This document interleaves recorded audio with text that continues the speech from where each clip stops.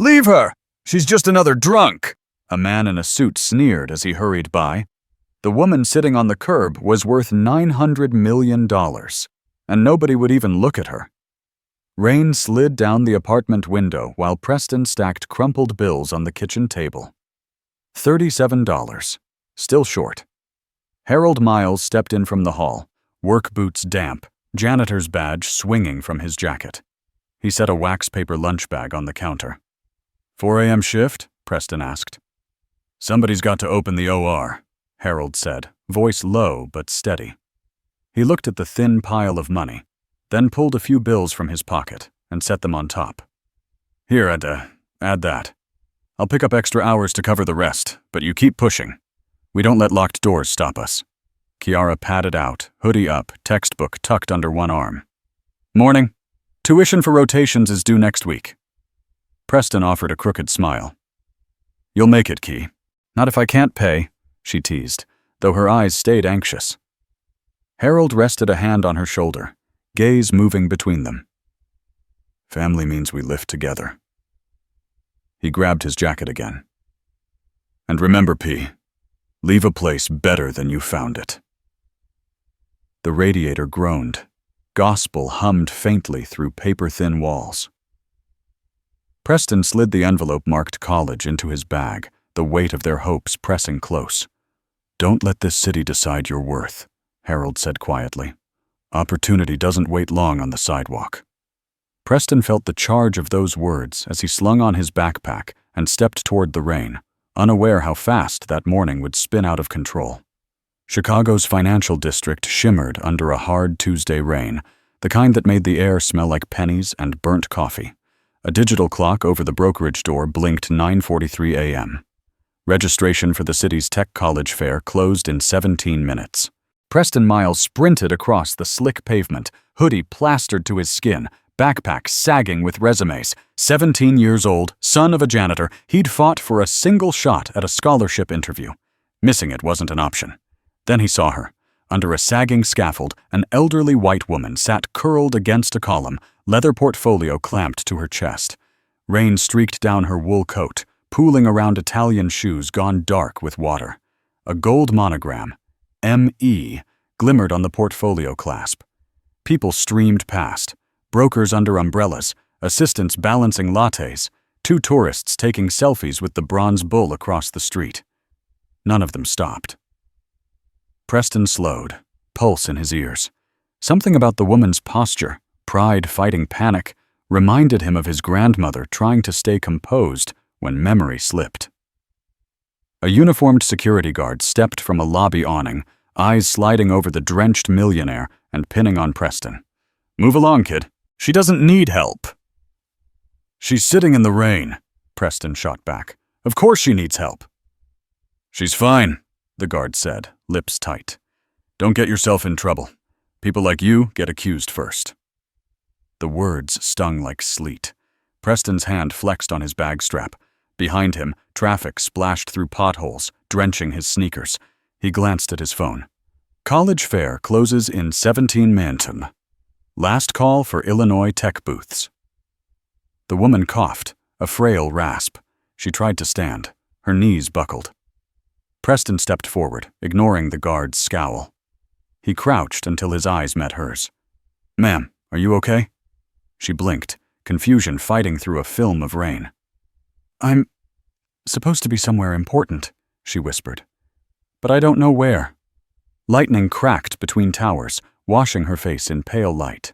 Her fingers clutched the portfolio tighter, and a corner slipped free, revealing blueprints stamped.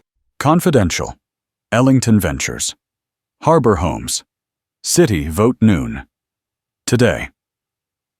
Preston caught the edge before it tumbled into a gutter drain. For an instant, the paper's watermark gleamed like a warning. What's your name? He asked gently. Margaret, she breathed. Margaret Ellington. Then softer. I can't lose these papers. They're everything. A delivery biker zoomed by, splashing a wave over them both. Preston shook out his sleeves, heart split between logic and instinct. He imagined his father, Harold Miles, wringing out a mop at St. Luke's Hospital, steady voice in every storm, Son, leave a place better than you found it. The security guard raised his radio again. Last warning, kid. Preston rose, squared his shoulders. You had 10 minutes to help, he said evenly. I'm helping. He offered his hand to Margaret. She stared at it like a lifeline, then let him pull her up. Her grip was surprisingly strong for someone trembling so hard. Rain sluiced down the back of Preston's neck. 17 minutes to register. A woman worth almost $1 billion barely standing beside him. Confidential documents about some housing project clutched against her chest. He steered her toward the cafe on the corner, adrenaline thrumming. Somewhere behind, the guard muttered into his radio, but didn't follow. Preston didn't know that inside that soaked portfolio lay plans that could shift the fate of thousands of families, and his own. All he knew was that he couldn't walk past. Not now. And the choice he'd just made, on an ordinary wet morning, was about to spin into a storm of boardroom fights, bribes, and hidden legacies, each one with his name written between the lines. Preston shouldered open the glass door of Cornerstone Cafe, guiding Margaret inside. Warm air rushed over them, thick with espresso and butter. She shivered, rainwater dripping from the hem of her coat onto polished tile. A hostess in a fitted blazer looked up, eyes scanning Preston's soaked hoodie, then the woman clinging to a leather portfolio. Her brows flicked. Wet kid, rich lady, trouble. Table for two, Preston said evenly, refusing the look. Somewhere quiet. The hostess hesitated. We're kind of full this morning. Preston glanced past her at rows of empty booths. Please, he said, steady but firm. She needs to sit. Something in his tone made her move. Fine. Back corner. They slid into a booth by the window. Margaret's hands trembled as she laid the portfolio on the table, still gripping it as though the world might snatch it away. I'll get tea, Preston said.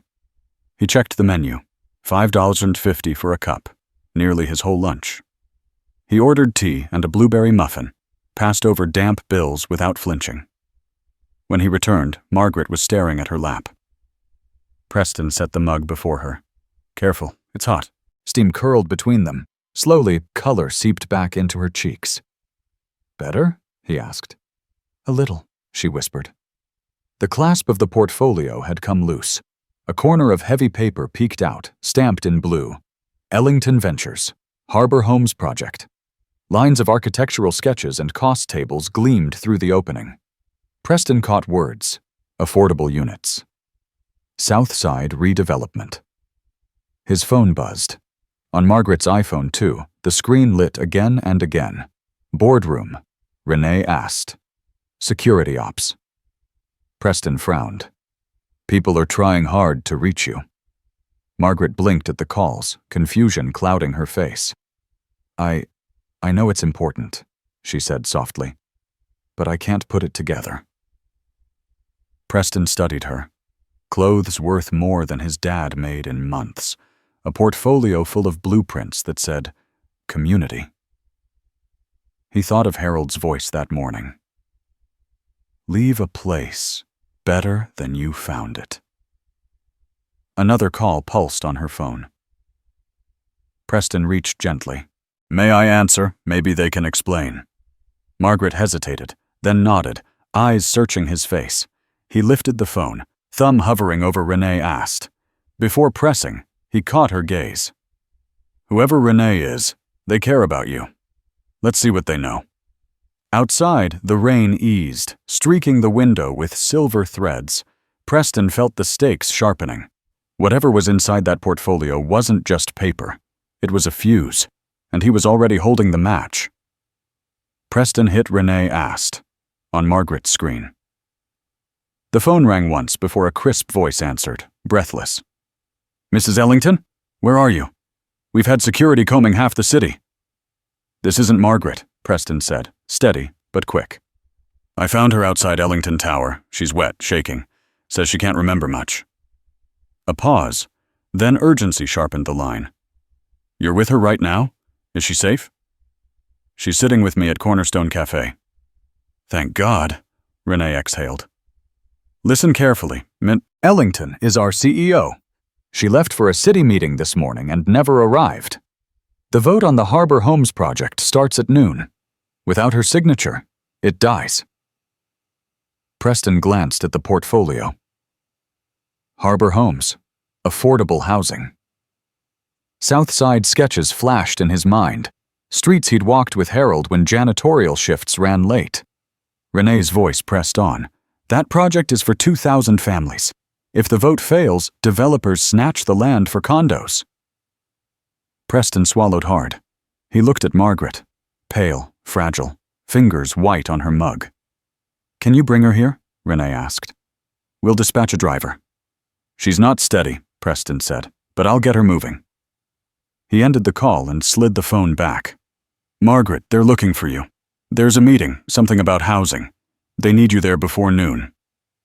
Her brow knit, memory flickered. Housing? Yes. I promised. Jobs? Homes? Preston checked his own screen. 9:57 a.m. His stomach knotted. Registration at the college fair closed in 3 minutes. One chance for a scholarship, or helping this woman save homes for thousands. He thought of Harold's words that morning. We don't let locked doors stop us. Margaret tried to rise, faltered. Preston caught her elbow. Easy. I'll get you there. Another thought stabbed. Rent. Friday. $450. If he missed today's fare, he might never escape the paycheck-to-paycheck grind strangling his family. He scanned the rain outside, then the sketch poking from the portfolio. Streets of the South Side. Tiny notes. Daycare. Clinic. Our union wages. This wasn't just charity. Someone was fighting for people like them. Margaret's phone buzzed again, boardroom flashing across the glass. She flinched at the sound. Preston tightened his grip on her arm. You built something that matters, didn't you? Her eyes cleared a fraction. For folks who get left out, she murmured. Preston squared his shoulders. Then let's not let it slip because of a little rain. He helped her from the booth, the muffin untouched. The hostess watched, uncertain. Preston didn't care. He guided Margaret through the doorway into the storm. Rain hammered the pavement, mist curling off the asphalt. Across the street, a city bus hissed to a stop, water pooling under its wheels. On his cracked phone screen, 2 timers seemed to run at once. 11:59 a.m., vote and FRI 450 rent, both ticking down. He drew in a breath, steady as Harold wringing out a mop. All right, Ms. Ellington, he said, voice calm despite the pulse in his throat.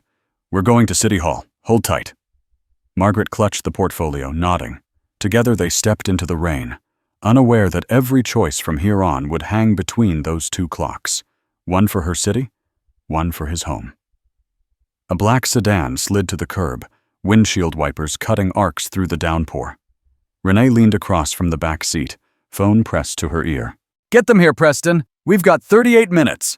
Preston hustled Margaret inside, easing the door shut behind him. Warm leather and new car scent clashed with the smell of rain on their clothes. Renee sat forward, tablet glowing in her lap. Mrs. Ellington, she said gently, we need you clear-headed. The council wants hard numbers before they vote. Margaret's hands trembled in her lap. Numbers. They're in here, she murmured, patting the portfolio. Preston slid it open, careful not to soak the pages. Harbor Homes, he read, scanning columns of data. 2,600 units. 3.1% financing, 900 construction jobs, plus daycare and a clinic. Margaret's gaze steadied, a flicker of focus returning. Yes, affordable homes, union wages. That's right, Preston said, voice firm. You built this for families like mine. My dad's been a janitor 30 years. He still rents. These houses matter. Renee tapped her tablet, jaw tight. We've got another problem. Board member Victor Hale just texted me. She handed Preston the screen. If Ellington can't speak coherently, we'll suspend her vote and push sale to condo group. Preston felt anger rise, quick and hot. He's circling like a vulture. Margaret frowned, struggling. Victor. He wanted luxury towers. Then we don't give him an inch, Preston said. You know this project? Let's lock it in before we hit those steps. Renee nodded. Run her through the key points. I'll handle Hale when we arrive. The sedan sped through slick streets, tires hissing over puddles. Preston spread the blueprints on his knees, reading aloud in bursts. Unit mix, 60% two-bedroom, 30% three-bedroom, 10% senior accessible. Average rent, $850.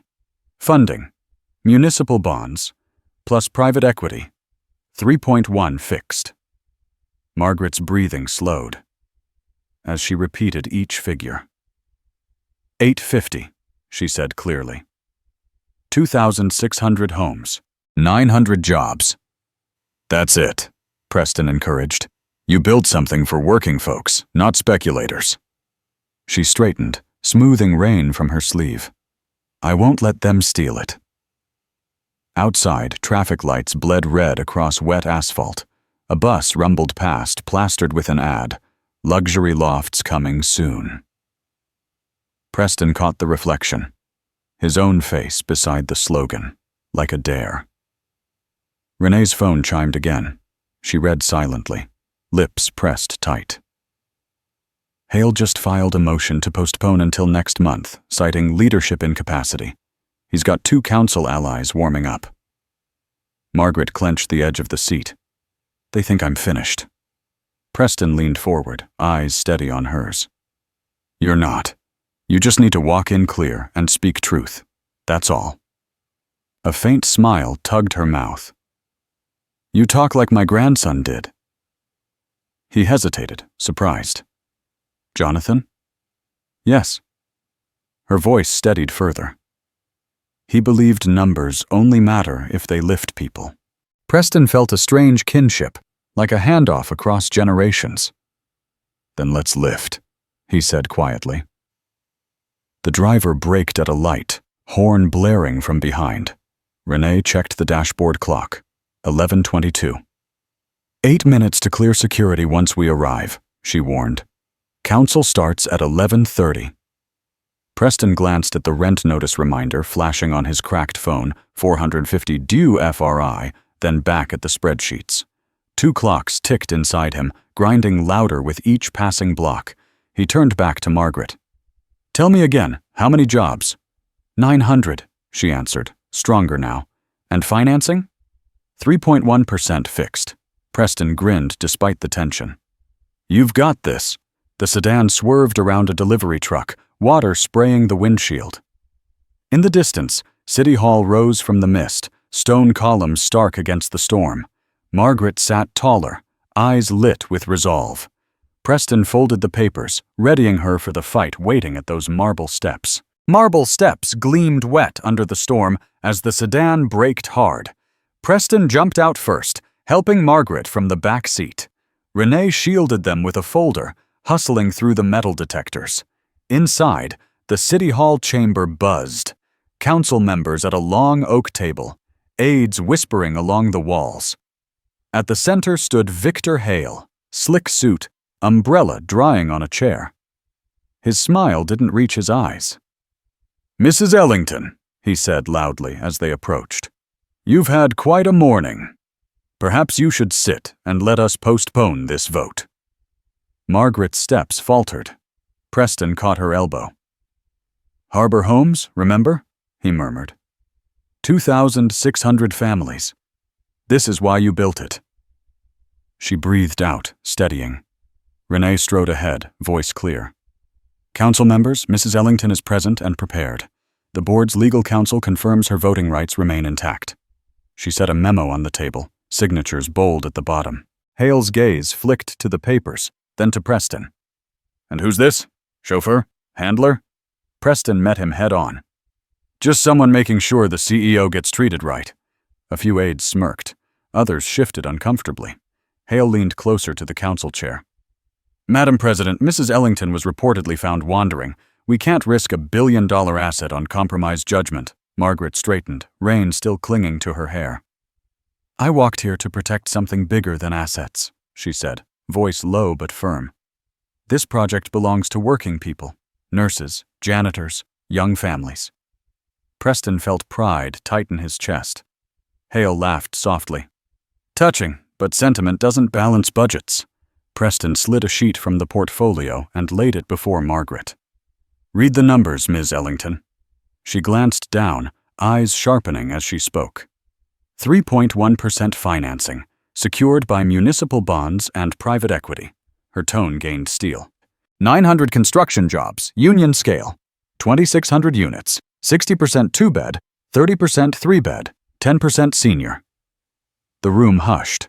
Renee added, projected community tax revenue, $12 million in 5 years, and the Southside redevelopment zone meets every compliance metric. Councilwoman Dorsey, a black elder with silver braids, leaned forward. That aligns with our housing equity target. Harbor Homes gives folks in my ward a real shot. Hale's smile thinned. Councilwoman, the concern is stability. If the CEO can't finish sentences... Margaret cut him off. The only thing unstable here is your loyalty to the public. Gasps rippled. Hale flushed. Watch yourself. Preston leaned in just enough for her to hear. You're winning. Keep it about families. Margaret nodded. When I started Ellington Ventures, I promised to use success to lift neighborhoods like the one I grew up in. Her gaze swept the chamber, landing on Dorsey. I see myself in the parents who hold 2 jobs and still can't find safe housing. Harbor Homes is their chance. A young aide whispered to Hale. He waved them off, frustration flickering. Renee slid another page forward. Board counsel also ruled, no suspension of vote can occur without a physician's written statement of incapacity. None has been submitted. The chair banged a gavel lightly. Enough delays. We proceed to roll call. Hale's jaw worked as council members announced support. Dorsey first, then 2 more in quick succession. One undecided member wavered. Hale whispered urgently, promising favors. Margaret lifted her head. Councillor Vega, you toured the South Side with me last spring. You saw mothers waiting for buses at midnight with kids asleep on their laps. Don't trade that picture for another luxury tower. Vega's pen froze, then scribbled, yes. Hale muttered under his breath, but the tally was set. 6 votes for approval, 2 against, 1 abstain. The chair nodded. Motion carries. Harbor Homes is approved. Applause broke out from the gallery. Preston exhaled, shoulders loosening. Margaret turned toward Hale, eyes steady. Compromise judgment, Victor? Seems mine works fine when lives are on the line. Hale grabbed his umbrella, retreating without a word. Preston squeezed Margaret's hand under the table. Told you had this. For the first time that morning, her smile reached her eyes. No, she said softly. We had this. Renee gathered the papers, relief flickering across her face. Preston glanced at the clock, 11:58. 1 countdown down. The other, Friday rent, still ticked inside his chest. The gavel's echo still hung in the chamber when the clerk called the final tally. 6 ayes, 2 nays, 1 abstain. Harbor Homes was officially on record. Margaret sat straighter, shoulders no longer weighed by fog or doubt. Renee exhaled like someone stepping off a ledge. Preston let out a breath he hadn't realized he'd been holding. Councilwoman Dorsey rose, hands clasped. Mrs. Ellington, this vote is going to put real roofs over real people. Thank you for standing firm. Margaret nodded, voice steady. Thank you, Councilwoman. Thank you all for seeing past the noise. Hale stalked out without meeting anyone's eyes, his umbrella snapping open with a hiss. Margaret turned toward Preston, the chamber emptying around them. Her hand brushed the portfolio before she reached into her bag, pulling out a leather-bound checkbook embossed in gold. You saved the project, Preston, she said quietly. You saved me. Let me write you something substantial. Tuition. Rent, whatever you need. Preston stiffened, hands retreating to his hoodie pocket. I didn't do it for money. She studied him, pen hovering over the paper. Everyone wants payment, son. Don't be shy. Preston shook his head. Where I come from, we help because it's right. My dad cleans hospital floors so kids can come into a place that feels safe. He always says, "Leave a place better than you found it." That's what I was doing. Renee smiled faintly, tucking loose documents back into the portfolio. Margaret lowered the pen slowly, eyes softening. Harold raised a good man. Preston shrugged, uneasy under the praise. Just trying to get folks home safe, you and whoever's waiting on those apartments. Margaret set the checkbook aside and reached instead for something at the bottom of her bag, a small silver keychain shaped like a wrench, initials J.E. engraved along the side. She placed it carefully in his palm. "This belonged to my grandson, Jonathan," she said. "He believed numbers only mattered if they lifted people. He'd have wanted you to have this." Preston traced the initials, feeling the cool metal warm against his skin. "I don't know what to say," he murmured. "You don't have to," Margaret replied. "Just keep building doors for folks who need a way through." Renee stepped closer. "Mrs. Ellington, press is waiting downstairs. Shall I brief them?" Margaret nodded, but kept her gaze on Preston. "Stay close, will you? There's more I want to discuss once the cameras are gone." Preston slipped the keychain into his pocket, grounding himself. He thought of Kiara bent over textbooks, Harold heading back into another shift, rent due by Friday. Harbor Homes might save thousands, but his family still had their own storm. Margaret seemed to read it in his face. "We'll talk," she said gently. "Not about checks. About futures." Preston offered a small smile. "Yes, ma'am." Together they left the chamber, rainlight spilling through high windows, the echo of the vote still strong in the air, proof that even the smallest act of decency could tilt a city's scales. Outside the chamber, the hallway smelled of rain-soaked stone and polished brass. Reporters clustered near the exit, cameras aimed toward the podium where Renee was briefing them. Margaret steered Preston into a quieter alcove lined with portraits of past mayors. She studied him for a long moment, then opened the worn flap of her portfolio. From a velvet pocket, she drew out the same silver keychain he'd held earlier, a miniature wrench, initials J.E. etched in clean strokes. "Jonathan Ellington," she said, voice softer than it had been all morning. "My grandson." Preston turned the metal in his fingers. The engraving caught the light like a whisper. "He died 3 years ago," Margaret continued. "A crash on the Dan Ryan. He was 24, working on a project that mattered more to him than money." "What project?" Preston asked quietly. "Affordable electric vehicles," she said. "Cars sturdy enough for nurses heading home at dawn, for janitors who can't gamble on an old engine starting after a double shift." Her gaze settled on him. "He believed people like your father deserved technology built for their lives, not just for investors." Preston thought of Harold stepping out into dark mornings, mop in one hand, thermos in the other, a beat-up Corolla waiting in the cold. Margaret placed the keychain in Preston's palm and closed his fingers around it. "He used to say, 'Design only matters if it keeps families moving.' Jonathan wanted to build cars priced low enough to free a paycheck for groceries." Preston felt the weight, not heavy, but steady, like a promise. "I can't bring him back," Margaret said, eyes bright with something between grief and resolve. "But I can make sure his vision finds new hands. You reminded me of him today. The way you stood between indifference and what's right." He swallowed. "I'm just trying to help." "That's exactly why you're the one," she replied. "Jonathan chased innovation for status once. Only after mentoring kids from Bronzeville did he understand service was the point. You already know that." Preston traced the letters again, sensing the warmth left by her touch. "Why give this to me?" "Because legacy isn't paper," Margaret said. "It's who we trust to finish what we couldn't." She reached into the portfolio again and pulled a folded blueprint. Sketches of a compact EV, battery placement drawn in blue ink. A handwritten note at the margin, "For working families, J.E." "Jonathan's first design," she said. "Keep it safe. One day, if you want, make it real."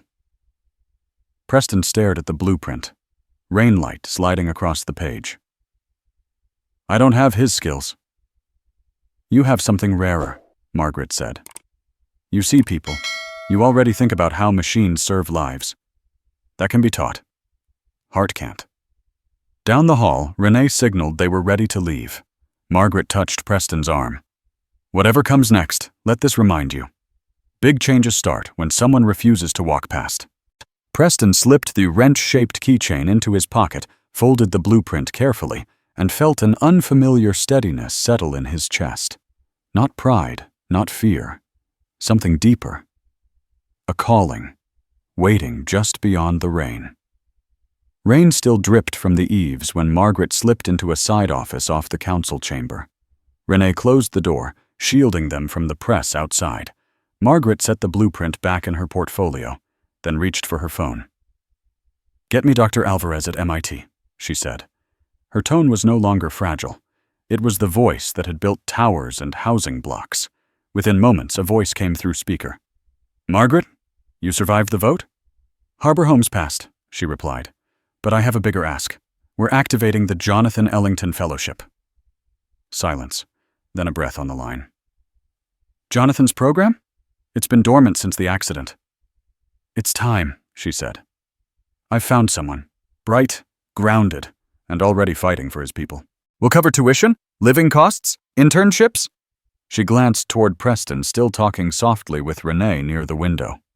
"But this isn't just for him. His sister deserves nursing school without debt.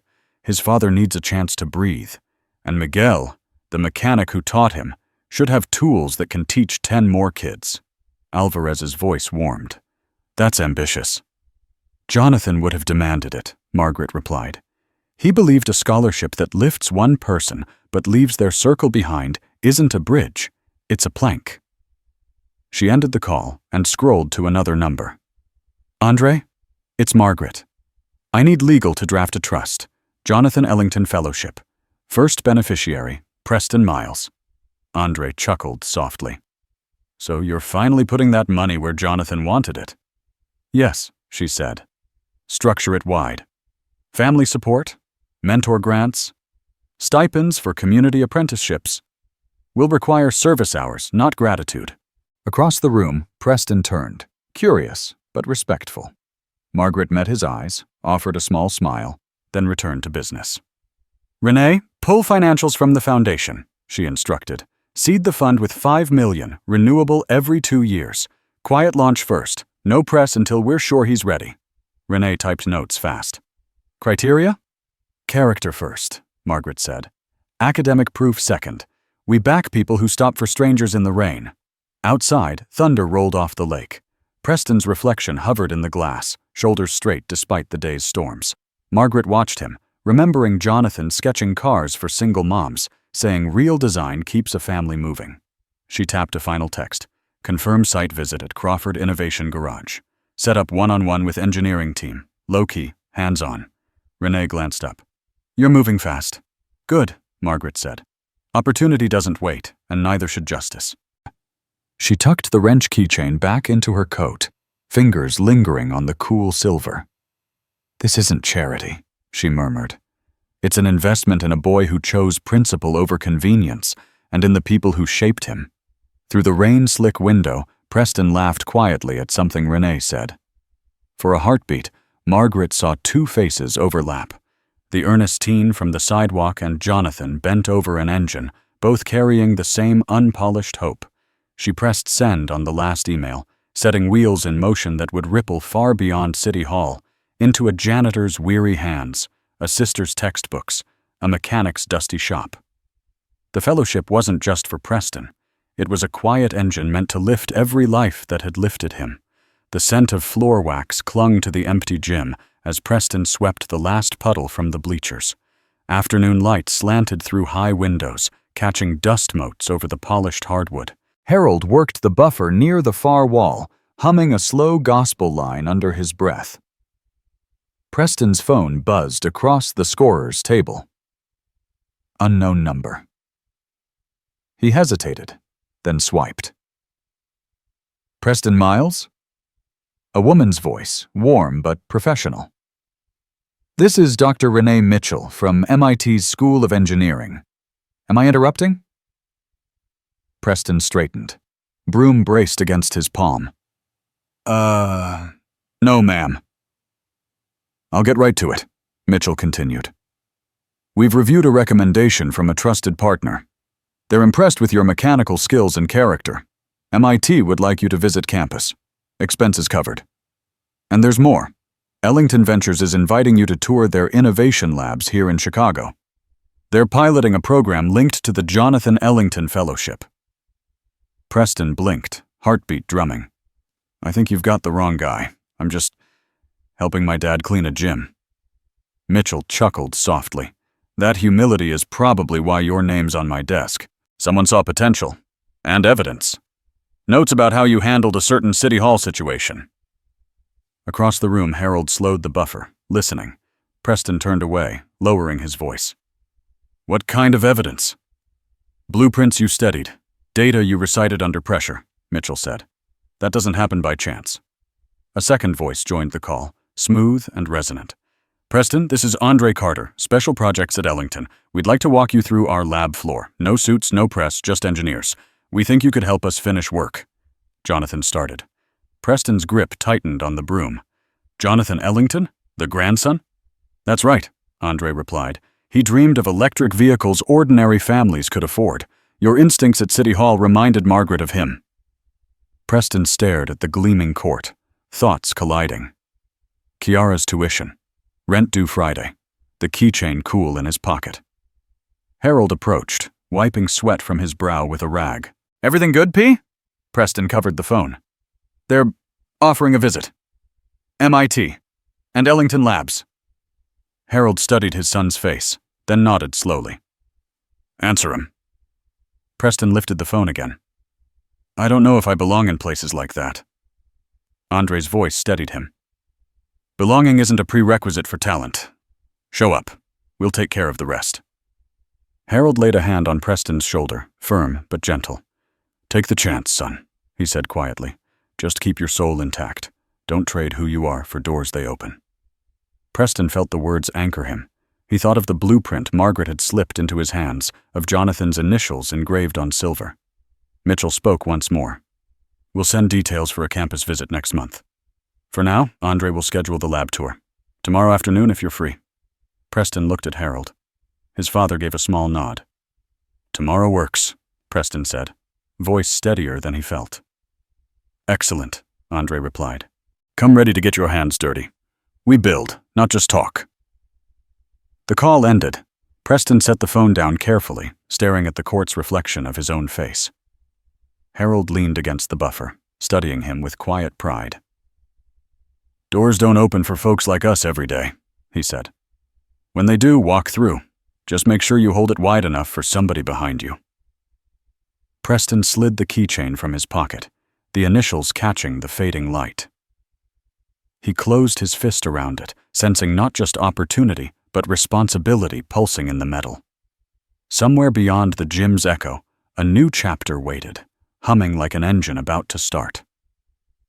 Glass doors parted with a hush as Preston followed Andre into Ellington Innovation Labs. Bright steel beams framed an open floor alive with prototypes, sleek chassis, battery rigs, half-assembled dashboards. Engineers in coveralls bent over workstations. Sparks hissed from a welding bay. Andre led him to a table where a blueprint lay under a lamplight, a compact EV sketched in Jonathan Ellington's hand, edges worn soft by years of handling.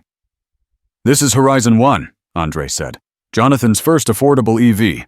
We've cracked most systems, but the battery cooling keeps killing range. He nodded toward a mock-up rig pulsing faint heat. We're stuck at 30 minutes before thermal runaway. Want to take a look? Preston hesitated. I'm no engineer. Neither was Jonathan when he started, Andre replied. Think of it as problem-solving. We value instincts. Preston bent over the diagram. Lines of coolant tubing crossed the pack like veins. He studied pressure notes, airflow arrows, the battery's cramped housing. Andre folded his arms. If you see something, speak.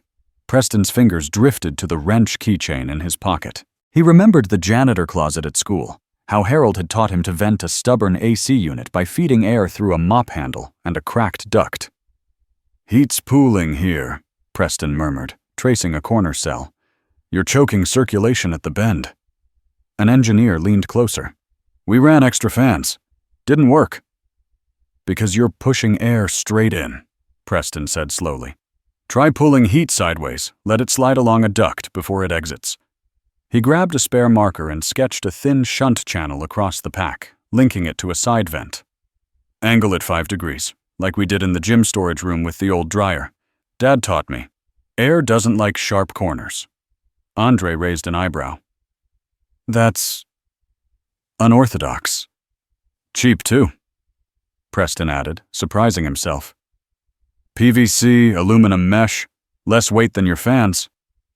A tech ran a quick sim on a nearby console. Numbers flickered, climbed, then stabilized. Plus 27% efficiency. Temp drop 12 degrees C. The room went quiet except for the hum of servers. Andre let out a low whistle. "You just gave us 6 extra miles per charge." Preston stepped back, uneasy at all the eyes. "It was just common sense."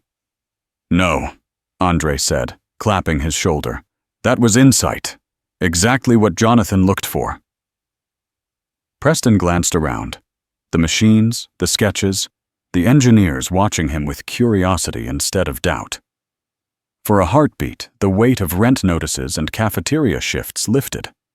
Andre gathered the printouts. "We'll build a prototype tonight. You should be here when we test."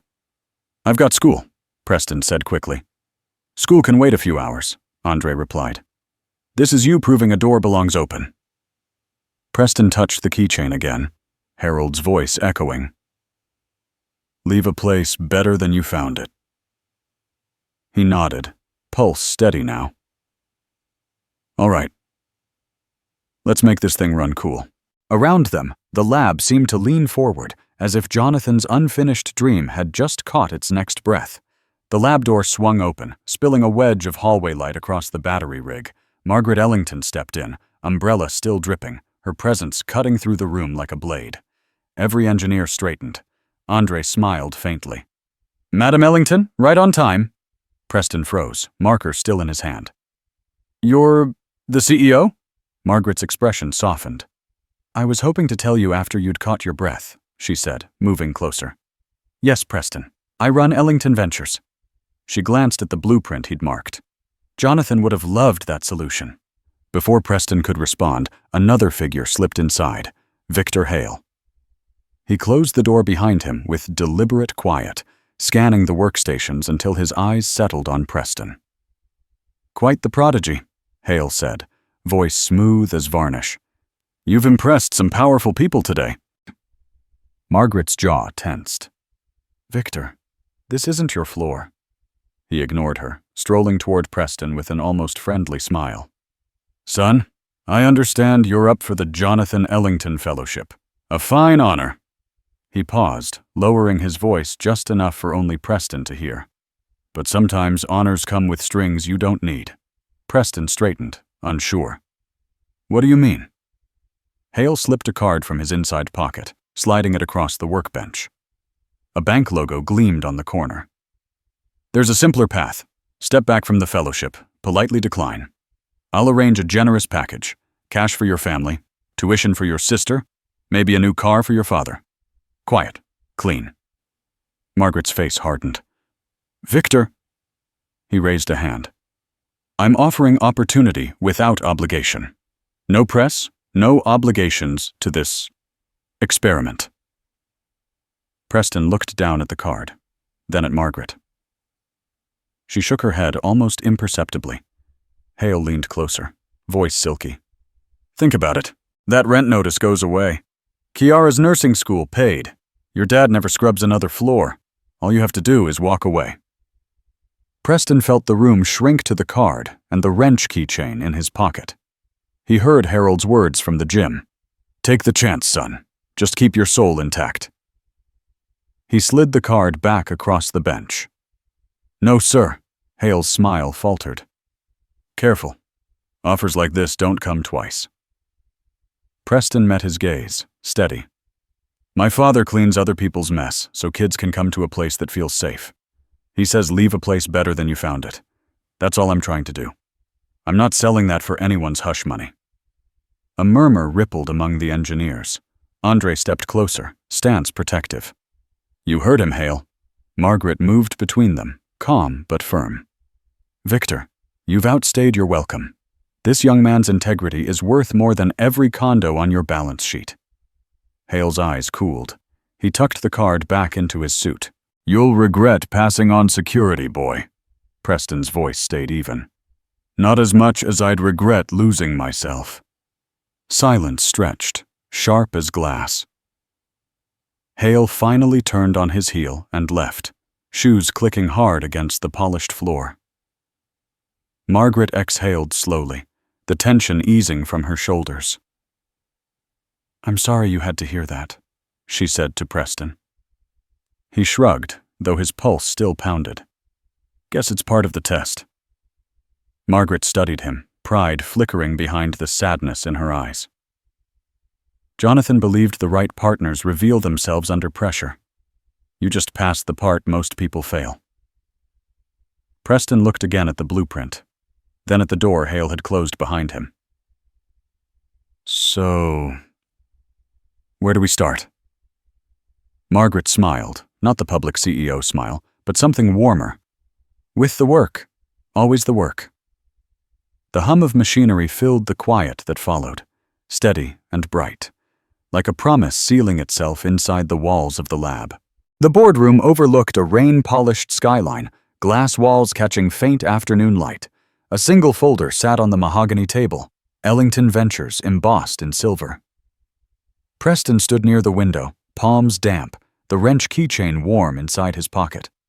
Margaret entered with Andre and Renee close behind. She carried the folder as if it were something alive. "Sit, Preston," she said. Her tone was firm, kind. "Time to put in writing what today proved." He eased into a leather chair, eyes on the folder. Margaret opened it, sliding crisp pages across. "Jonathan Ellington Fellowship," the heading read. She tapped the first sheet. "Full tuition at MIT, all fees, housing. Summer internships here at the labs. A position upon graduation if you choose to stay." Preston blinked, almost forgetting to breathe. "That's not all," Margaret continued. She turned another pitch, nodding toward Renee. "We've set aside support for Kiara. Nursing school tuition, books, living allowance, living. And for Harold," she looked at him carefully. "A raise, full benefits, and an equipment upgrade for the district custodial team. No more mops that break after a week." Preston's throat tightened. "All of that, just for me helping you?" Margaret shook her head. "For you helping a city. For showing character under pressure." Andre slid a pen forward. "There are conditions," he said, voice gentle but precise. "You maintain a B average. You continue mentoring kids who need a path. And you'll work with us on the Horizon EV line. Community vehicles, priced so working families aren't left behind." Preston stared at the contract. "So I can't just take the scholarship and disappear?" "Correct," Margaret said. "You'd be joining a legacy, not cashing a prize. Jonathan built things for everyday people. We expect you to keep that compass." Renee added, "If grades slip or you abandon the project's mission, support pauses. This is partnership, not patronage." Preston ran a finger along the pen, Harold's voice echoing. "Leave a place better than you found it." He looked up. "Kiara's future, my dad's job. This changes everything for us." Margaret leaned closer. "It changes more than that. A kid from Bronzeville will see your face on a wall someday and believe doors aren't locked forever." Preston swallowed hard. "I'll keep my grades up, and I want to help finish Horizon. My dad shouldn't need luck to get to work." Andre smiled. "Then sign, and we start Monday." Preston hesitated, still wary. "What if I mess up?" Margaret placed her hand over his, steady. "We don't expect perfection. We expect integrity. Keep that, and you'll have room to grow." He took the pen, heart hammering, the tip scratched across paper, sealing a future bigger than anything he'd imagined that morning. When he slid the signed pages back, Margaret added her signature beside his. She closed the folder with a quiet finality, then pushed it toward Renee. "Welcome to the work, Preston," Margaret said. He rose slowly, glancing at the view beyond the rain-streaked glass. Neighborhoods sprawled south, roofs glinting under a break in the clouds. Somewhere in those streets, Harold was finishing another shift. Kiara bent over flashcards at the kitchen table. Preston turned back, shoulders squared. "So, where do we start?" Margaret smiled, proud and solemn. "With the people who kept you steady. Bring your father and sister tomorrow. They deserve to see where this path begins." The room held a charged stillness, full of possibility. For the first time all day, Preston felt not just chosen, but ready, anchored by family, lifted by trust, standing at the threshold of a future he intended to honor. By mid-morning the next day, Preston's phone buzzed nonstop. A grainy clip had gone viral, him guiding Margaret through rain, the angle warped so it looked like he was steering her toward an ATM. Captions screamed, "Kid hustled frail CEO for payout." At the custodial office, Harold frowned at the screen. "They twisting it, P." "I didn't touch her money," Preston said, heat rising. "I just got her out the storm." Kiara looked up from her nursing textbook, worry in her eyes. "Comments are wild. Folks saying you planned it." Before Preston could reply, Renee burst in, tablet under her arm. "Don't read another word," she ordered. "We've got proof." She set the tablet on the table and hit play. Cafe footage rolled, clear audio of Preston buying tea with his own cash, steadying Margaret's hands as she coughed. Her voice on record, "You have kind eyes, just like my grandson." "Time-stamped," Renee said. "Shows you helped her before you knew who she was. No request for payment, no hint of hustle." Harold's jaw eased, but his gaze stayed sharp. "How fast can you get this out?" "Already sent to press," Renee replied. "And to every board member who saw Hale's little whisper campaign." Preston blinked. "Hale's behind the clip?" Renee's look said enough. "He's angry you turned down his bribe. This smear was his next move." Margaret stepped through the doorway then, coat draped over her arm. She studied Preston, then offered a calm smile. "I watched the footage, too. You stayed true when no one was looking. That's what matters." Preston rubbed the back of his neck. "But people online, they'll fade," Margaret interrupted gently. "Character lasts longer than hashtags." She turned to Harold. "Your son didn't flinch yesterday. Not with cameras, not with Hale waving cash. That tells me our fellowship is in good hands." Harold met Preston's eyes. "You hear that? Folks see what I raised."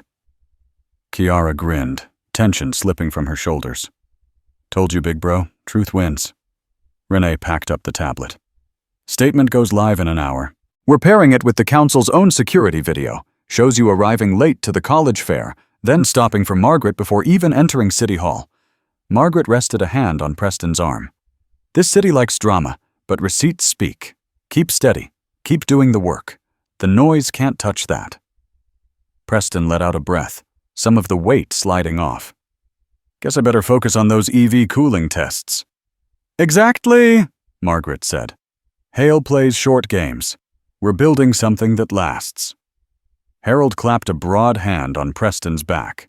"Storms come, son. Let your work and your name stand taller." The ding of Renee's phone cut through the quiet, headlines already shifting.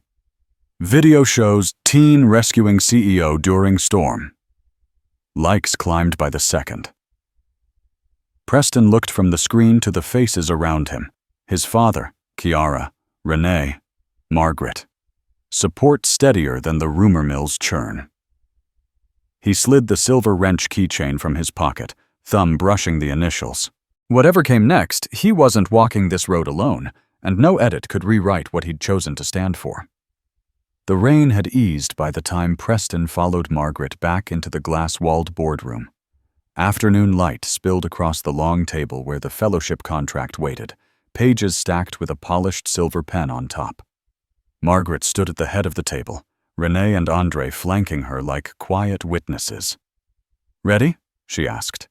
Preston rubbed the wrench keychain in his pocket, grounding himself. "As I'll ever be." Margaret pushed the folder forward. Jonathan Ellington Fellowship, first recipient, Preston Miles. Her eyes softened. This isn't just paperwork. It's a bridge we expect you to walk and keep open for others. Preston scanned the text. Full scholarship to MIT, internships at Ellington Labs, a job offer upon graduation, Kiara's nursing tuition, Harold's raise, and equipment upgrade, all itemized with precision. His stomach fluttered at the zeros, but it was the fine print that drew him closer. Must maintain academic standing, mentor community youth, and contribute to Horizon EV design for working families. He nodded slowly. It's everything I didn't know I wanted. Andre leaned forward, voice calm. Sign if you're ready to honor what you started in the rain. Preston picked up the pen. His hand trembled, but he set the tip steady against the paper and signed, the ink sliding bold across the page. Margaret added her signature beside his, then closed the folder with deliberate care. That's history, she said quietly. Renee smiled, tension finally loosening from her shoulders. We should call your folks before the press gets wind. Margaret pulled out her phone, dialing a number Preston knew by heart. She switched to speaker. After 2 rings, Harold's voice came through, rough from years of cleaning chemicals, but warm as always. Yeah? Mr. Miles? Margaret said. This is Margaret Ellington. A pause, then cautious respect. Ma'am? I wanted you to hear this directly, she continued. Preston just signed a fellowship contract, full ride to MIT, paid internships, a job after graduation. She glanced at Preston. Your daughter's nursing tuition is covered, and we're upgrading custodial equipment across your district, plus a raise. Silence filled the room, then a faint choke.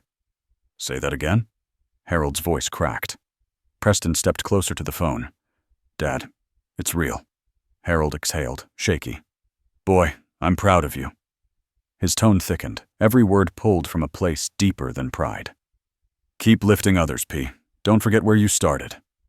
Kiara's voice cut in, bright through the line. Preston, are you serious? MIT? He grinned, eyes damp. Looks like it. You better send me pictures of that fancy lab, she teased, but her voice carried tears. I knew you could do more than fix gym dryers. Harold cleared his throat. Listen, son, money's good, school's better, but who you become matters most. Don't let anyone buy the part of you that stopped for that lady. Preston closed his eyes briefly, letting the words settle. I won't, Dad. I promise. Margaret spoke again, gentle but steady. Harold, you raised a young man who sees beyond himself. That's rare. Didn't raise him alone, Harold said. Community had a hand. Even this job. Kids see me clean floors. I tell them dignity's in the doing. Preston smiled at the phone. I learned that watching you. Andre gestured toward the glass wall, where Chicago stretched under a clearing sky. Tomorrow we start onboarding, he said. Orientation, lab badge, first Horizon design review. Preston nodded, still gripping the keychain. I'll be there. Harold's laugh rumbled through the speaker, half pride, half disbelief. Look at you, boy. Just keep your soul intact. I will, Preston said. Margaret ended the call softly, slipping the phone into her jacket. She looked at Preston, eyes bright with something between relief and hope. Now you have a fellowship, a family rooting for you, and a project waiting. That's a lot of power. Use it well. Preston stood taller, rain finally drying on his hoodie. Let's get to work, he said. The sun broke through outside, scattering light across the city streets, the same streets where kindness had opened a door no rumor or bribe could ever close. Spring sunlight spilled across MIT's courtyard as Preston crossed it with a binder under one arm and the silver wrench swinging from his keychain. Inside the lab, he huddled over a battery rig, running simulations on airflow channels. Months of trial had turned into a clean line of code, a redesigned cooling grid that cut heat by 28%. When the numbers locked on screen, applause burst from his project group. Preston smiled faintly, already thinking about the next tweak. Across town, Harold adjusted a new badge clipped to his shirt. Facilities Supervisor, South District Schools. Fresh equipment gleamed behind him. Industrial buffers, safe cleaning agents, new vacuums. He watched younger custodians test the gear, shoulders no longer stooped from years of patching broken tools. "Steady pace," he said, voice firm but warm. "Respect the work. That's how people trust a clean floor." Kiara strode across a stage at a nursing scholarship luncheon, white coat draped over her arm. Cameras flashed as her name was called. Recipient of the Ellington Foundation Grant for Community Healthcare. She looked into the crowd, spotting Preston near the back, clapping with quiet pride. At Ellington Labs, the prototype EV gleamed under work lights, its badge reading Harbor Drive. Margaret and Andre watched as engineers rolled the car onto a scale, its final weight on target. Preston slid behind the wheel, hands steady on the new steering column. "Battery holds," a tech confirmed. 330 miles on a single charge. Andre read pre-order data off a tablet, 52,000 units reserved in 6 weeks. Margaret's smile carried the satisfaction of a promise kept. Beyond the lab, harbor homes rose from lots that had been weeds a year before. Families walked through framed walls, tracing rooms that would soon be theirs. Data scrolled across a city report, Southside unemployment down 60% since construction began. A caption noted, "Local hiring mandate, 78% of workers from impacted zip codes." In Bronzeville, Harold and Preston stood on a sidewalk as kids from the block crowded around a new charging station bolted next to a playground. One boy pointed at the EV parked nearby. "You made that, for real?" Preston laughed. "For all of us," he said, handing the kid a laminated diagram of the cooling ducts. Late one night at MIT, Preston called home. Kiara answered, balancing a stethoscope around her neck. "Guess who passed her trauma rotation?" She grinned through the screen. Harold appeared behind her, holding a plate of cornbread. "Don't stay buried in books, son," he said. "Eat something." "I'm good," Preston chuckled. "Just wrapped the stress tests. Battery's solid." Harold's eyes softened. "Keep building doors, P. Don't get so high you forget who needs a lift." Preston turned the wrench keychain between his fingers.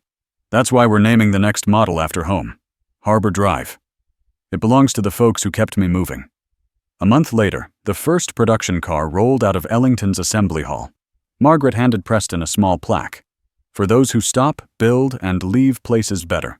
Cameras caught the moment, but Preston's focus stayed on the people lining the factory floor.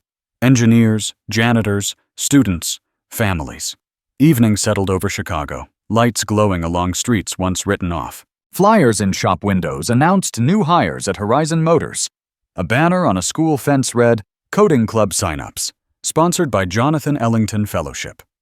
From a rooftop terrace above Harbor Homes, Preston looked out across roofs slick with spring rain. The city felt different, less brittle, more awake. He thought of Margaret's trust, Renee's quick defense, Andre's patient coaching, Kiara's steady climb, Harold's voice threading through every step, "Keep lifting others." The hum of a nearby charging dock filled the air. Preston slipped the wrench keychain back into his pocket, shoulders squared toward a horizon he was already helping to shape. Rain swept across the city in silver sheets, just like that first Tuesday. Preston eased his Horizon Drive to the curb and killed the engine, wipers ticking against the glass. A year had passed since the fellowship signing. Now he was 22, lead engineer on the EV project that bore his fingerprints. But the corner ahead pulled him out of numbers and deadlines. A girl sat on the wet curb, backpack soaked through, sneakers dark with puddle water. 16, maybe. Her hands clutched a crumpled folder, paper edges bleeding ink. Shoulders shook with quiet sobs as cars hissed by. Preston grabbed his umbrella and stepped into the rain. "Hey," he said, crouching to her level, voice gentle over the storm. "You okay?" She wiped her face, startled. I missed my interview," she stammered. "Northwestern nursing program. The bus stalled, and by the time I ran here, they said slots were gone." Preston remembered a drenched college fare, a leather portfolio, a trembling CEO. He offered a small smile. "What's your name?" "Aaliyah Johnson," she said, voice raw. He nodded toward her folder. Mind if I see? She handed it over. Grade strong. Volunteer hours at a neighborhood clinic. A recommendation letter.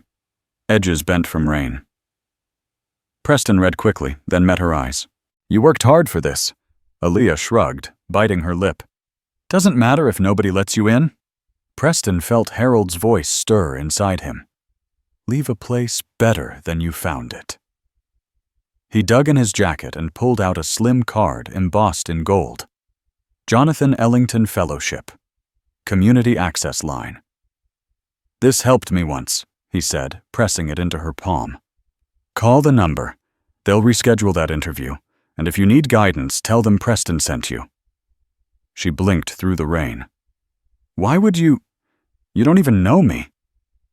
Because somebody stopped for me, Preston answered simply, and I promised I'd keep the door open. Headlights swept the curb. A Horizon Drive prototype rolled up, paint glinting wet under street lamps. Margaret sat behind the wheel, raincoat collar turned up, smile breaking through the mist. Need a lift to Northwestern? She called, window sliding down. Aaliyah's eyes widened. That's the CEO? Friend, Preston corrected, offering a hand to help her stand. And someone who believes in second chances. Margaret leaned across the seat. Hop in, dear. We don't let talent drown on the sidewalk. Aaliyah hesitated, then slid into the back seat, clutching the fellowship card like a life raft. Preston closed the umbrella, settled behind the wheel, and pulled away from the curb. For a moment they drove in silence, rain drumming softly on the roof. Margaret glanced over, warmth in her gaze. Looks familiar, doesn't it? Preston grinned. Right down to the puddles. Different ending this time, she said. You're the one lifting someone out. Aaliyah leaned forward, voice tentative. Are you sure it's okay? Preston nodded. It's more than okay. Someone once told me opportunity doesn't wait long on the sidewalk. He glanced at Margaret, who laughed quietly. Traffic lights glowed green ahead, reflecting off slick pavement. As they turned towards Northwestern, the city felt alive, charged with stories crossing, doors opening. Aaliyah sat straighter, clutching her folder with new care. Preston caught her gaze in the rearview mirror, steady and certain. You've already done the hard part, he said. All that studying, all those clinic hours. Don't let one storm tell you otherwise. Margaret reached over and adjusted the defroster, her silver hair catching dashboard light. Young lady, she said, tone both gentle and commanding, we're taking you exactly where you belong. The car merged onto Lakeshore, engine humming quiet strength. Preston relaxed against the seat, umbrella drying by his feet, keychain warm in his pocket. Outside, rain softened to a mist, the skyline clearing as if the city itself understood. Kindness travels, one open hand at a time. Sunlight broke through a morning haze as a small crowd gathered on the corner where it had all begun. Bronze glinted against the stone facade. A plaque draped in navy cloth, its edges polished to a warm gleam. Preston stood beside Margaret, Andre, and Renee. His Horizon Drive parked a few feet away. Harold and Kiara were front row, Harold's calloused hands resting on the handle of a new buffer, polished for the occasion. Kiara's white coat gleamed, embroidered with RN. Children from harbor homes pressed close, eyes bright with curiosity. Margaret stepped forward, voice steady but tinged with emotion. One rainy Tuesday, kindness stopped here. That choice changed a company, a neighborhood, and a young man's future. She looked toward Preston. Today, we honor that chain reaction. She tugged the cloth free. Letters cast in bronze caught the sun. Where kindness meets opportunity.